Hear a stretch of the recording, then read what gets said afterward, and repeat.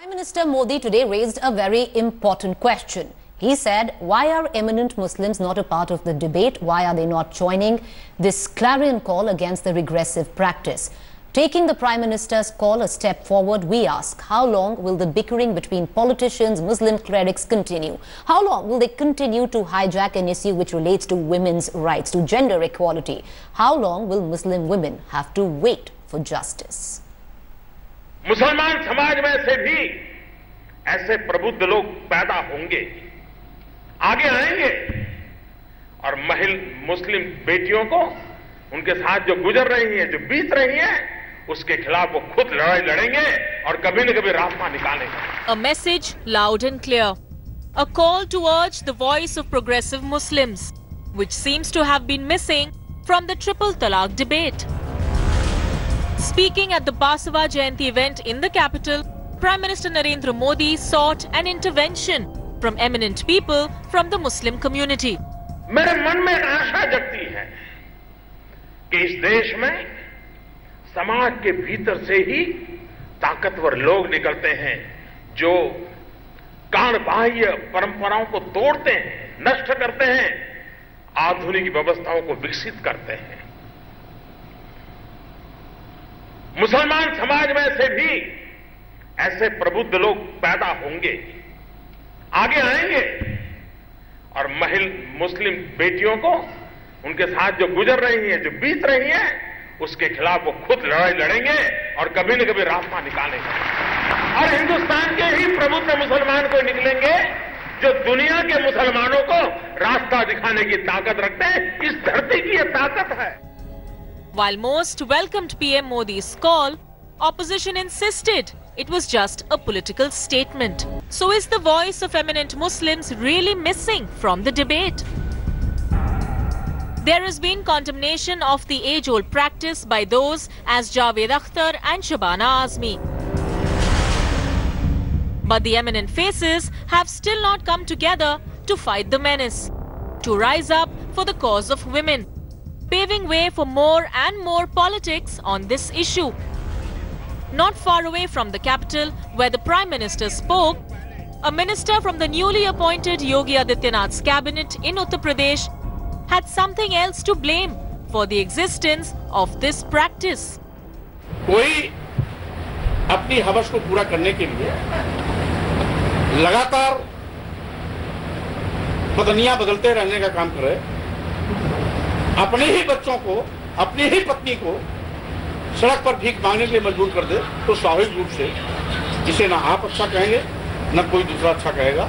दुहाई देते हैं शरीयत की, लेकिन शरीयत में भी इस तरीके से किसी को इजाजत नहीं दिया जाता कि आप बेवजह, अकारण, तथ्यहीन आधारों पर आप किसी को तलाक दें। An issue which should have, from the very beginning, been a fight for gender equality has clearly been hijacked by political standoffs. And by shying away from public condemnation of Triple Talaq are those who have the power to influence and bring a change, only letting down the entire community. With Mausami Singh in Delhi, Bureau Report, India Today. So is the voice of the progressive Muslim missing in this debate? And if it is, then in their silence, are they letting down their own? Joining me right now in the studio is Dr. Shabina. She's been a victim of the Triple Talaq. We're also joined by Sanjay Jha, spokesperson Congress. He's joining me from Mumbai.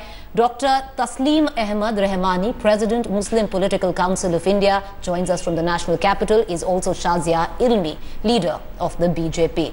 सबसे पहले शबीना जी मैं आपके पास आना चाहूंगी। आपको लगता है कि आप ही के समाज के लोग, आप ही की कम्युनिटी के लोग जो एमिनेंट पर्सनालिटीज हैं, प्रोमिनेंट पर्सनालिटीज हैं, खुल के आपके लिए और मुस्लिम महिलाओं के लिए खुल के नहीं बोल पा रहे हैं, अभी नहीं बोल रहे हैं? ये बात सही है कि खुल के नहीं बोल पा रहे हैं, लेकिन ज़्यादा तादाद उसमें जेंट्स की है जी। और जहाँ तक मेरा अपना सर्वे है, लेडीज हमारे फेवर में है टोटल। आपको क्यों लगता है कि ये लोग ये क्यों नहीं बोल पा रहे हैं कि जो आप ही के समाज के लोग हैं, जो मुस्लिम समाज के लोग हैं, क्योंकि ये ना पॉलिटिकल इशू है, ये रिलीजियस इशू नहीं होना चाहिए, ये इशू है आपके अधिकार का, औरतों के अधिकार का। तो ये क्यों नहीं बोल, आपको क्या लगता है क्यों नहीं बोल रहे हैं? सबसे बड़ी प्रॉब्लम ये है कि कुछ उलेमा ने मतलब ये अफवाह भी उड़ा रखी है कि ये बीजेपी और आरएसएस का एजेंडा है, इससे दूर रहिए। ये भी रीज़न है, ये बहुत बड़ा रीज़न है आपको कि ये बीजेपी और आरएसएस का एजेंडा है, इस पे काम मत कीजिए। और जो मतलब मेरे लिए इतना हुआ है, ये मौलाना अंसार रजा खुद मेरे बैक साइड की मस्जिद में आकर ये ऐलान करके गए मेरे लिए कि डॉक्टर समीना आरएसएस के एजेंडे पे काम कर रही है, बिल्कुल आप सपोर्ट ना करें। Shahzad, you want to come in on this because something which should have been about women's right, about gender equality. Today, there are people from the community itself, from the prominent voices from the Muslim community, who should have come out together, are now split. Yeah. Yes, Preeti, is really unfortunate. If you see all that has been done for women's rights, whether it's the Nirbhaya Andolan or a law against female infanticide or dowry, we've all worked on it together. But when it comes to an issue like triple talaq, which involves Muslim women, somehow the matter is not just politicized, but it's given a communal color. So first of all, I would agree with Shabina that I have spoken on so many issues, but every time I speak on this issue, my BJP affiliations are highlighted. I would have done this anyway, and most people should, and even Muslim men should, are actually against abolishing of triple talaq. But somehow the media debates have been bringing in the most obscurantist kind of mullahs, who somehow are influenced by some party or the other. So they make it about Modi versus others, whereas it has nothing to do with that. Muslim women are citizens. Do you agree that they have a right to exercise their freedom and ask? Shahzad, do you agree that the voice of the progressive Muslim is absent here, or it's not in unison?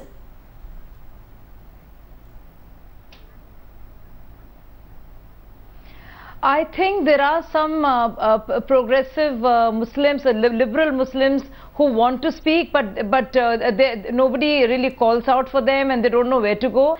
But those who are part of different parties and who just have this visceral hatred for Modi are not speaking out because they feel if they speak against this, which they should, politics, the religious agenda. The BJP. So politics, religious agenda, the political affiliations matter more. Yes. Yeah. So politics, so the religious agenda and clerics have hijacked the issue of women's rights. The social reform that they must go for. Yes. Sanjay, we just, you look at, the response from the Congress today. And there has to be, something in that. You're actually linking it, the issue which should be about women's rights, which should be about, the cause of women. You're actually linking it to elections in Karnataka?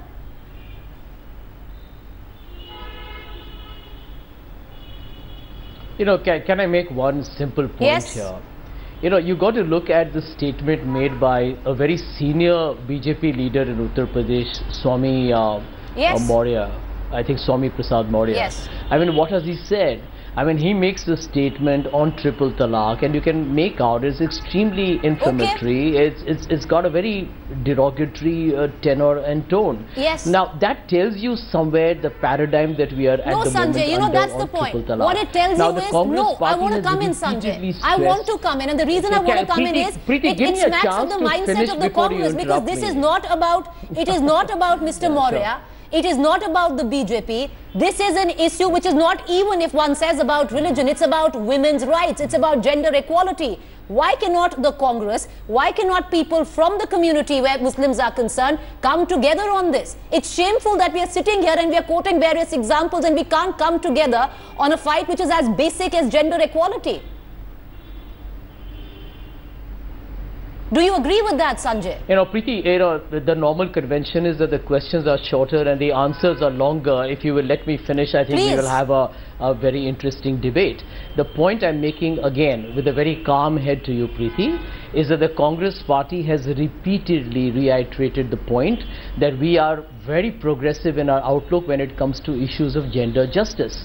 Now, at the same time, we do believe that personal laws are sensitive matters, and instead of making this an issue of a political confrontation between different parties, this is something that has to be resolved internally by the different kind of representatives of the Muslim community. End of day, I completely agree with everyone on the panel who believes that you need to have a modern outlook, and women in particular should not be handicapped by any social custom that prevents them from leading a life with great degree of respectability. Now the simple point I'm wishing to that I do wish to make is that remember that you're talking about the BJP.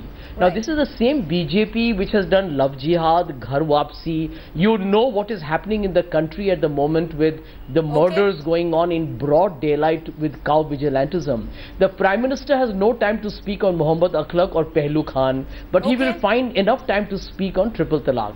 So the BJP is the one which is shamelessly, brazenly playing politics with triple talaq. It has no sympathy for the Muslim women. It is doing this to play its usual game of communal polarization. Sanjay, now can I come in? Extremely unfortunate. Now can I come in? I just, now humble submission. Let's admit that you can. Let's for once admit that the BJP has no love for women's rights, least of all the Muslim community. Having said that, this is still an issue which needs to be resolved. If it is getting resolved, why not lend your voice to something which leads to gender equality? What is stopping you? And who is playing politics here? Shazia wants to come in. Yes, Shazia.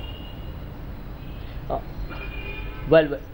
Okay, yeah, I would like to remind Sanjay ji that with the Congress government, if you remember the famous Shah Bano case, which became like a watershed mark, in the Indian history, political history, a 75-year-old woman wanted a monthly installment maintenance after having been abandoned by her husband. She had 3 children to support. She fought the case for 10 years.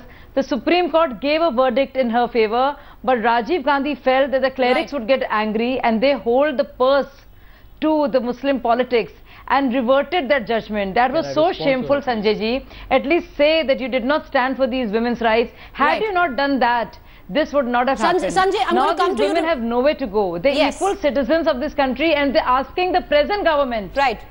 Shazia, stay with me. Sanjay, I'm going to give you. For support, because you know what Mulayam Singh Yadav said? Let the law board decide. Okay. Sanjay, I'm going to come to you, Shabina. Let the personal law decide. So there's no succor. There is no... Yes. Okay.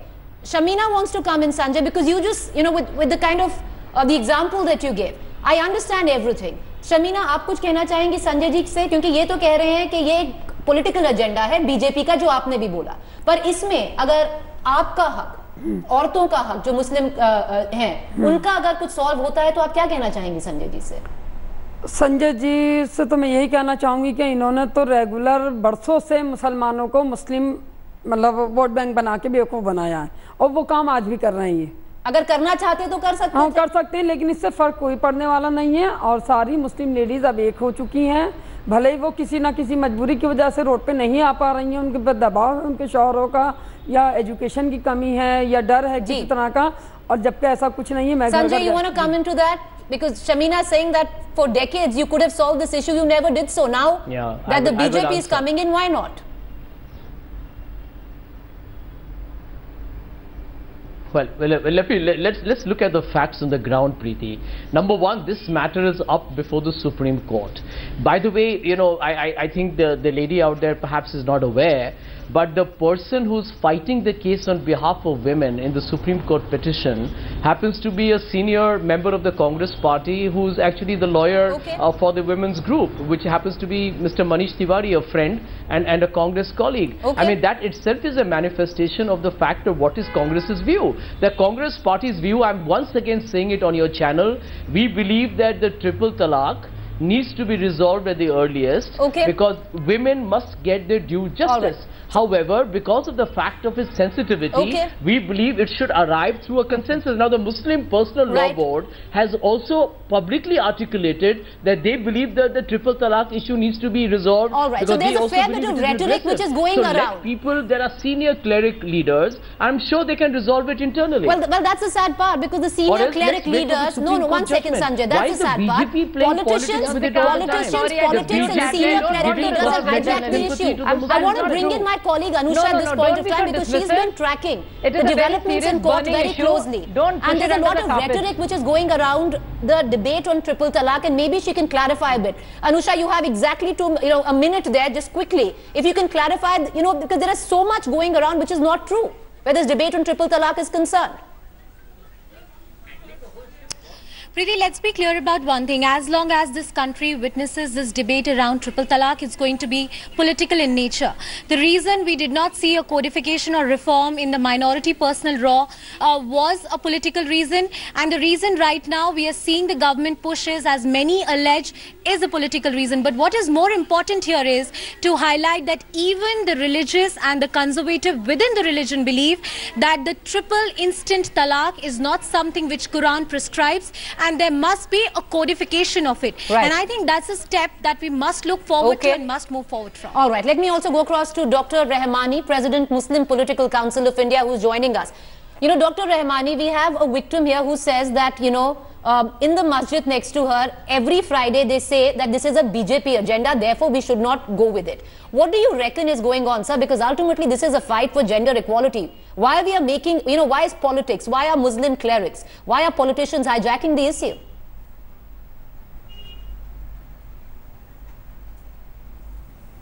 See, I do agree partially with our Prime Minister when he says that this should not be politicized. Of course, it must not be. This is a socio-religious issue from my point of view, number one. Number two, I am against instant triple talaq very openly, very loudly. There is one more organization which is an umbrella organization of Indian Muslims called the All India Muslim Majlis-e-Mushawarat. That Mushawarat has taken a stand, and they organize seminars and conferences, and they very clearly and openly oppose the instant triple talaq and demand it. Then for last 30 years, we are demanding that there must be a codification of Muslim law, and it has not been, never been done. Number three, why the government of India, whether it is the Congress party or the BJP, they take Muslim Personal Law Board, which is an NGO, registered NGO, and not a statutory body. Why they take it seriously? Why courts sends notices to Muslim Personal Law Board? Dr. Rahmani, why do you reckon government of India sends notices to Dr. Rahmani, do you think Muslims from all walks of life, especially Muslims who have a voice that is heard, need to come together on this and not hide under the garb of religion, politics, BJP, and treat it as a human rights issue?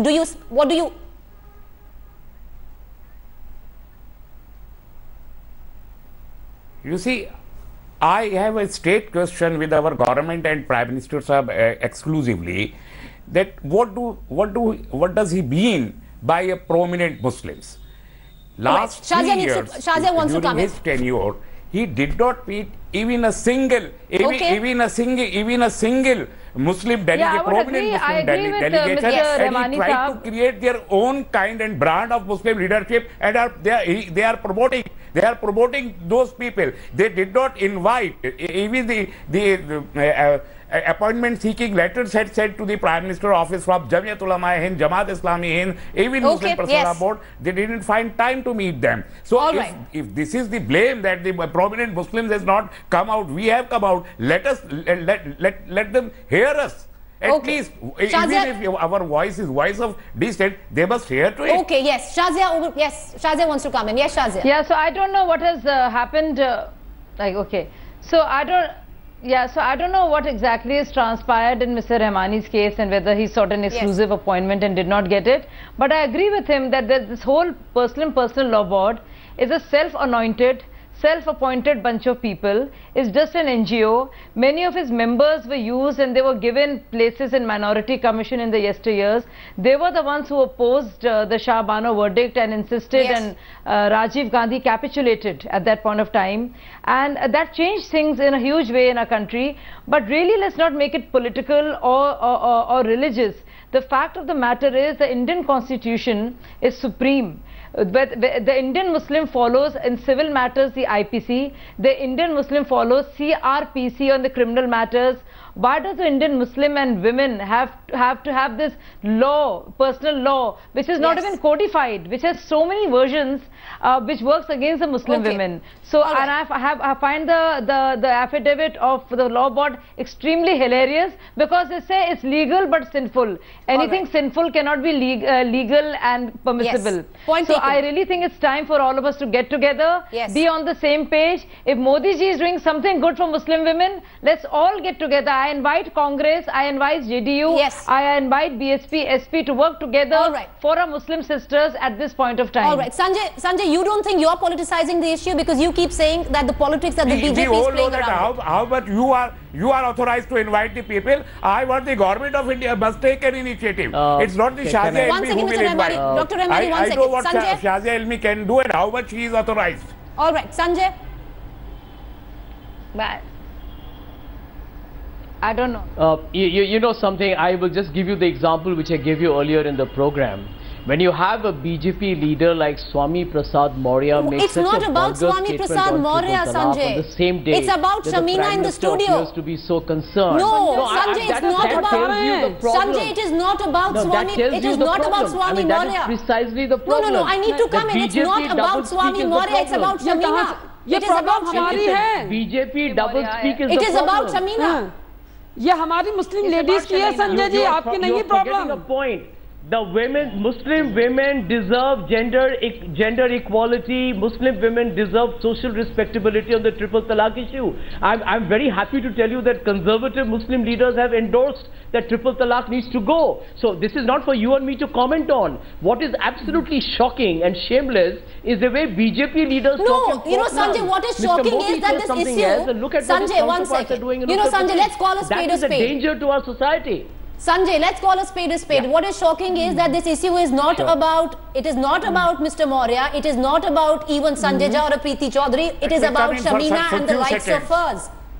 It's about her and the likes of other women, and we need to keep everything aside and just look at gender equality. I believe that's all the time we have. I'm afraid I need to thank all my guests. Appreciate you joining us, Dr. Maurya, Sanjay Jha, Shazia Ilmi and Dr. Shamina in the studio with us. The debate will continue right here on India Today when it comes down to triple talaq. A quick break to